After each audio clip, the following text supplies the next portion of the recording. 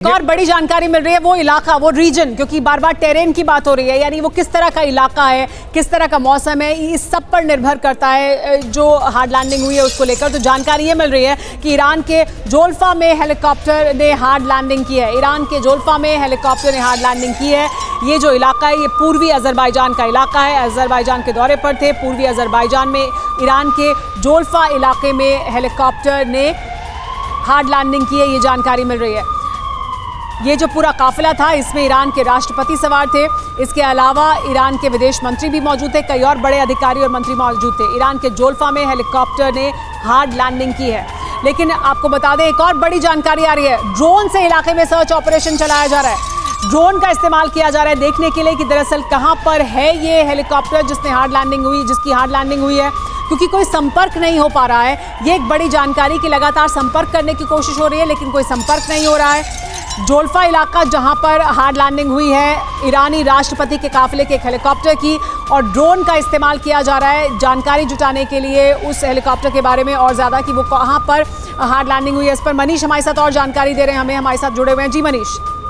बिल्कुल, देखिए इस वक्त वो तस्वीर भी हम लोग देख पा रहे हैं, जल्दी हम अपने दर्शकों को दिखाएंगे कि इस हादसे से ठीक पहले की तस्वीर, जहां पर ईरान के राष्ट्रपति और अजरबैजान के राष्ट्रपति ये दोनों एक डैम के उद्घाटन के लिए पहुंचे हुए थे और वहां पर उनकी मुलाकात हुई थी। तो ईरान के राष्ट्रपति और अजरबैजान के राष्ट्रपति दोनों ईरान और अजरबैजान के बॉर्डर के पास एक डैम के उद्घाटन समारोह में पहुंचे हुए थे और वहां पर उन दोनों नेताओं की मीटिंग हुई थी। राष्ट्रपति रईसी और राष्ट्रपति अलीयेव की मीटिंग हुई थी और उसके बाद से फिर वहां से इनकी वापसी हुई थी, ईरान के राष्ट्रपति की वापसी हुई थी जब ये घटना घटी। तो कुल मिलाकर आप देखें, ईरान और इजराइल के इलाके में जिस टेरेन की बात कर रही हैं आप, वहीं पर एक डैम का उद्घाटन होना था, वहीं पर ईरान और इजराइल के राष्ट्रपति की मीटिंग होती है और उस मीटिंग के तुरंत बाद जब उनका काफिला वापस ईरान की तरफ लौटता है उस वक्त खबर आती है। हमारे साथ यूएस राठौर जी भी जुड़ गए हैं, उनके पास भी जाएंगे। हमारे साथ निशांत भी जुड़ गए हैं, निशांत चतुर्वेदी भी हमारे साथ मौजूद है, उनका भी रुख करेंगे। लेकिन जो मनीष जानकारी दे रहे हैं आपको बता दें,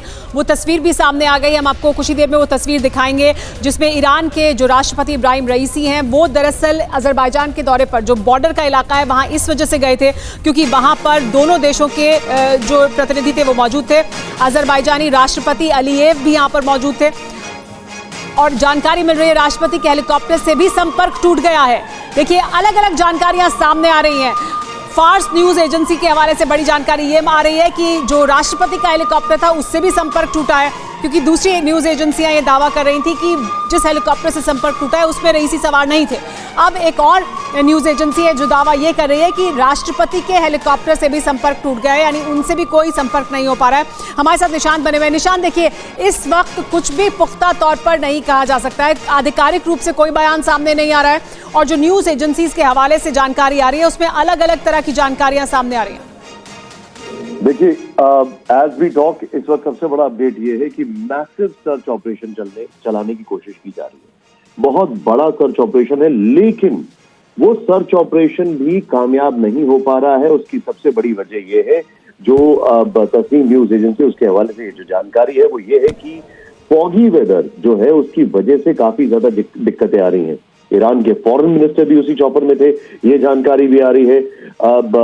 अब चिंताजनक बात यह है कि जो अभी तक रिपोर्ट्स आ रही हैं उसमें यह है कि जो फर्दर डिटेल्स आ रही है उसमें यह है कि किसी भी लेवल पर कोई भी ना तो कांटेक्ट स्टैब्लिश किया जा रहा है और अब धीरे धीरे ये चीजें रिपोर्ट की जा रही है that it was a hard landing, यानी कि वो एक ऐसी लैंडिंग थी जो ठीक नहीं थी, उसमें कुछ गड़बड़ हुआ। Hard landing is definitely not a smooth landing.